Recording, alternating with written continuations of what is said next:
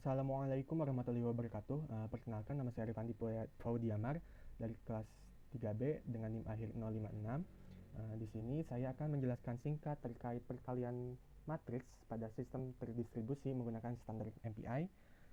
Nah, di sini saya dalam mengimplementasikan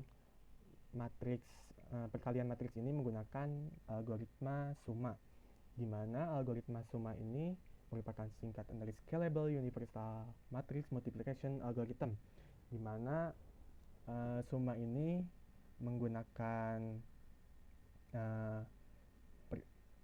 algoritma paralel untuk perkalian matriks, di mana terdapat matriks A dikali B yang hasilnya menjadi matriks C yang didesain untuk sistem terdistribusi. Tujuannya itu untuk meningkatkan skalabilitas dan efisiensi dari algoritma sebelumnya, yaitu algoritma Puma. Nah, algoritma summa ini dapat meningkatkan skalabilitas dan efisiensi ini karena meminimalkan komunikasi antar node-nya.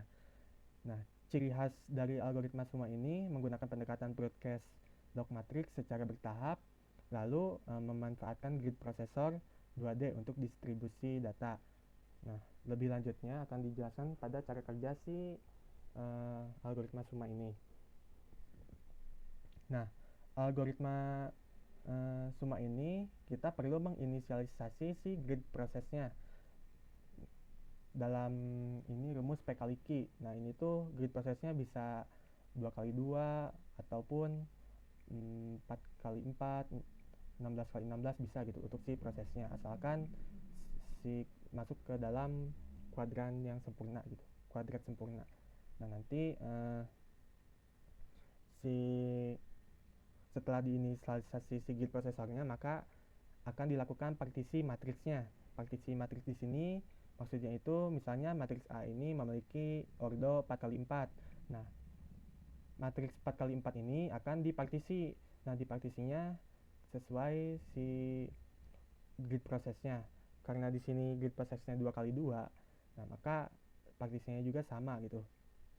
Menjadi ada 4 bagian gitu, 4 area di sini.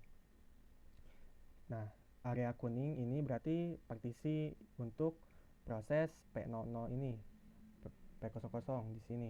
Nah, sama juga dengan matriks B. Nah, ini tuh di partisi untuk proses P00. Nah, nantinya setelah dilakukan partisi, maka hasil partisi dari matriks A dan matriks B ini akan didistribusi ke P00 atau dimasukkan gitu. Nah, nanti setelah didistribusi maka hasil partisi itu akan diproses gitu. Yang area kuning ini akan dikalikan dengan matriks yang area kuning ini juga sama gitu. Nanti diproses di P00. Nah, nanti hasilnya ini akan disimpan pada C lokal milik si P00. Jadi hasil perkaliannya itu akan disimpan di P00 gitu. Jadi punya masing-masing. Jadi P01 juga punya C lokalnya, hasil perkalian matriksnya sendiri-sendiri gitu. P10 juga sama, punya C lokalnya. Nah, nanti setelah perkalian selesai di semua proses yang udah didistribusi si partisi matriksnya, nanti akan melalui proses sinkronisasi untuk agar si matriks itu bisa disatukan gitu dalam matriks C yang global gitu, yang lokal dipindahkan ke global, seperti itu untuk secara singkat cara kerja si algoritma summa ini. Nah, pada kodenya ini sederhana ya, mulai dari membaca file CSV-nya untuk menghitung si jumlah baris dan kolomnya, yang nantinya itu si baris kolomnya itu akan dibagi-bagi gitu ke setiap proses node-nya. Sudah didapat gitu si prosesnya itu. Nah, nanti akan digabungkan di sini di MPI getter ini ke si C-nya itu akan disatukan gitu. Hasil perkalian matriks dari setiap node-nya itu akan disatukan di sini. Seperti itu. Langsung saja ke bagian demo ya. Nah, di sini saya sudah mengaktifkan si dockernya ya. Nah, kita langsung aja ke bagian master node-nya.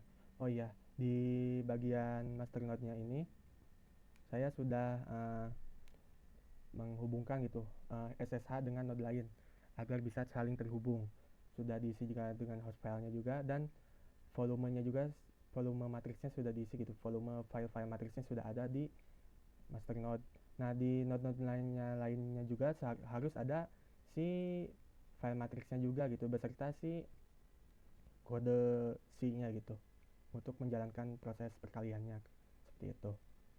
Nah, pada master node-nya ini nanti akan tugas si master node-nya ini itu untuk selain untuk men-broadcast gitu, selain dari si untuk menghitung bagiannya dia.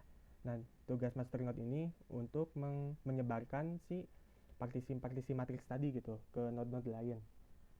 Nah, nanti dilakukan sinkronisasinya juga di bagian node masternya atau node 0 ini. Nah, seperti itu. Oke, langsung saja ke bagian demo. Di sini saya telah membuat matriks yang mudah gitu. Ini untuk matriks yang mudah. Nah, di sini bisa kelihatan ya, node master ini atau node 0 akan mengerjakan baris 0 sampai 49 dan kolom 049. Nah, berarti node 0 ini sudah mengerjakan partisinya gitu. Begitu juga dengan node 1 yang mengerjakan baris 049 tapi kolom 50 sampai 99 gitu. Seperti itu. Dengan yang node lainnya juga sama gitu. Ini tuh mengerjakan partisinya masing-masing yang udah di broadcast gitu. Nah, waktu totalnya itu sekitar 0,00117 detik. Nah, ini pun hasilnya setelah dicoba 3 kali ya, ini relatif konsisten ya, gak beda jauh gitu, sama gitu, 0,001 sama ini 0,002, tidak begitu jauh gitu perbedaan waktu eksekusinya. Nah, sekarang lanjut ke yang menengah. Nah, untuk yang menengah ini saya buat matriksnya itu 1000, untuk matriks A-nya itu 1200 kali 800, dan yang matriks B-nya itu 800 kali 600, jadi beda gitu ordernya, tetapi masih memenuhi dari si syarat matriksnya. Jadi bisa dilakukan pada algoritma Summa ini. Nah, untuk pembagiannya pun di sini bisa terlihat ya.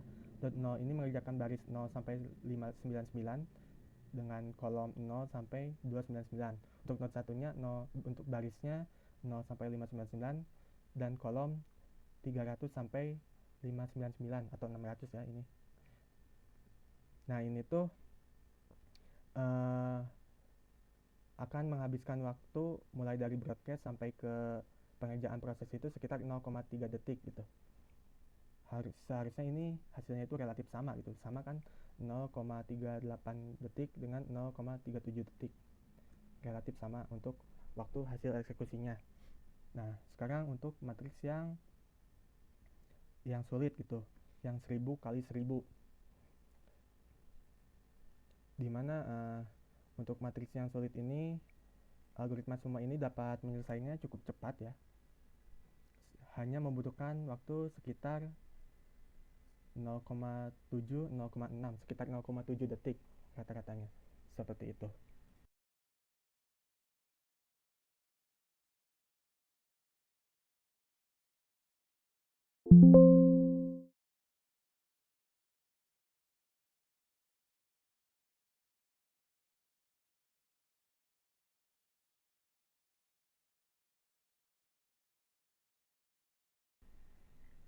Nah, mungkin cukup sekian demo dari saya. Terima kasih. Wassalamualaikum warahmatullahi wabarakatuh.